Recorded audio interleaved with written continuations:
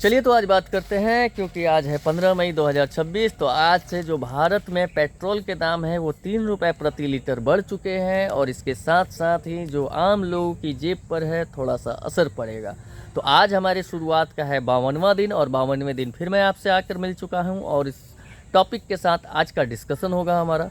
तो जैसा कि हम लोग जानते हैं कि ईरान, अमेरिका का और इजराइल का जो युद्ध चल रहा था, उस युद्ध को लेके वर्ल्ड में जो विश्व स्तरीय जो देश हैं, जो विश्व में सारे देश हैं, उन सारे देशों में आर्थिक जो स्थिति है वो थोड़ी बहुत चरमरा रही है और गड़बड़ हो रही है। कारण है कि हमारी जो निर्भरता है वो विदेशों पे है, क्योंकि हम सोना बाहर से ख़रीदते हैं, क्रूड ऑयल बाहर से मंगाते हैं, यानी कि कच्चे तेल जो है वो हमारे बाहर से आते हैं। हमारा ईंधन ही जब बाहर से आ रहा है तो ईंधन की जब आपूर्ति ठप हो जाती है तो कहीं ना कहीं दिक्कत तो होनी ही है। तो ईंधन का जो सबसे बड़ा सप्लायर है, जो देश हैं, वो अभी युद्ध में व्यस्त हैं और युद्ध में व्यस्त होने के कारण अभी तो युद्ध बंद है, लेकिन उसके बावजूद भी स्थितियां सुधरी नहीं हैं। कारण है कि जो एक रास्ता है जिसको बोला जाता है हार्मोज, वो अभी पूरी तरह से बंद है और उसे खोल देने में ही देश, जितने भी देश हैं, उनकी भलाई होगी। तो खैर उन बातों को छोड़ते हुए मैं बात कर रहा हूँ कि हमारे भारत में अभी तक जो सरकारी आंकड़े थे, सरकार का कहना था कि हमें 22 रुपये या 18 रुपये प्रति लीटर के हिसाब से नुकसान हो रहा है, क्योंकि बाकी देशों में अगर आप देखेंगे तो वहाँ पे पेट्रोल और डीजल के रेट बढ़ चुके हैं।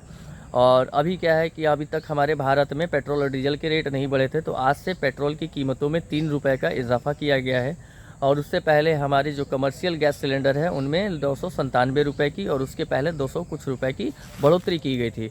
और हमारे देश के जो प्रधानमंत्री हैं उन्होंने पिछले 2-4 दिनों में 2 बार संबोधन किया था और देश की जनता से निवेदन किया था कि आप लोग जितना हो सके उतना पब्लिक ट्रांसपोर्ट का इस्तेमाल करें, तेल की बचत करें, क्योंकि जितना तेल आप बचाएंगे उतना विदेशी मुद्रा जो है हमारे देश में रहेगा, बाहर नहीं जाएगा। तो महंगाई को रोकने में हम कारगर हो सकते हैं। तो ये भी एक चीज़ था। तो अब देखना ये होगा कि क्या 3 रुपये बढ़ने से हमारे देश की जो जनता है वो धीरे धीरे अपना जो खर्च है उसे कम करेगी, जो आने जाने का जो ट्रांसपोर्टिंग है उसे नॉर्मल करने के लिए पब्लिक ट्रांसपोर्ट लेंगे, या फिर ऐसे ही अपनी ही गाड़ियों से चलेंगे।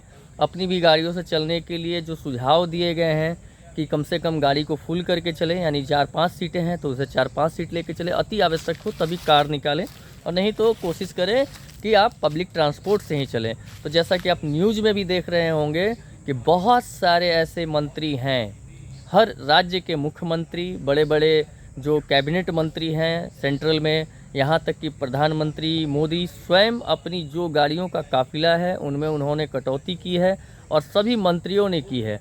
क्योंकि जब तक देश के सबसे पहले मंत्री नहीं करेंगे तो जनता नहीं करेगी। तो मंत्रियों ने अपने गाड़ियों का काफ़िला को घटाया है और उसके साथ साथ देश की जनता को ये मतलब अपने माध्यम से सूचित करना चाहा है कि हम कर रहे हैं, आप भी करें। और एक चीज़ और है कि बहुत सारी चीज़ों में मुझे लगता है कि संशोधन करने की ज़रूरत है, जहाँ से देश का कुछ पैसा बचे। जो पॉलिटिकल जो नेता है, सांसद है, उनका जो भत्ता होता है, सैलरी होती है, उतने की आवश्यकता नहीं लगती जितना उनका होता है। तो खैर वहाँ से खैर वो तो एक अलग मुद्दा है, मैं उस पर टॉपिक पे जाऊँगा नहीं, बाद में कभी बात करेंगे। तो अभी देश की जनता के सामने यही है।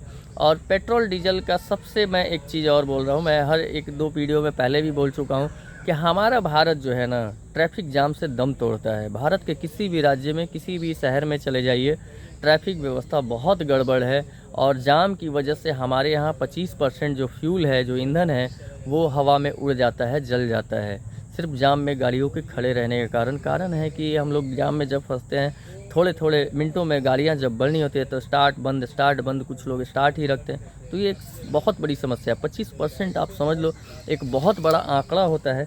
अगर इस आंकड़े को दुरुस्त किया जाए, हर जगह की ट्रैफिक व्यवस्था पे अगर ध्यान दिया जाए तो 25% तो हम लोग ऐसे ही सेव कर लेंगे।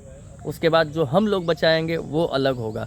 यानी कि अगर हम लोग भी 25% बचा लेते हैं और जाम के कारण हमारा 25% बच जाता है तो हम 50% के बेनिफिट में जा सकते हैं। तो इस बात को सोचने की ज़रूरत है और आप लोग भी सोचिएगा और अपने विचार जो है मुझे कमेंट में ज़रूर दीजिएगा। और मेरे इस वीडियो को लाइक ज़रूर कीजिएगा, कमेंट ज़रूर कीजिएगा और शेयर बिल्कुल कीजिएगा। अगर यूट्यूब पे देख रहे हैं तो सब्सक्राइब कर लीजिएगा और मेरी बात आपको कहाँ तक अच्छी लगी ज़रूर बताइएगा।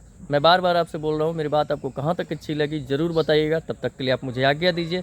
जय भारत, जय हिंद।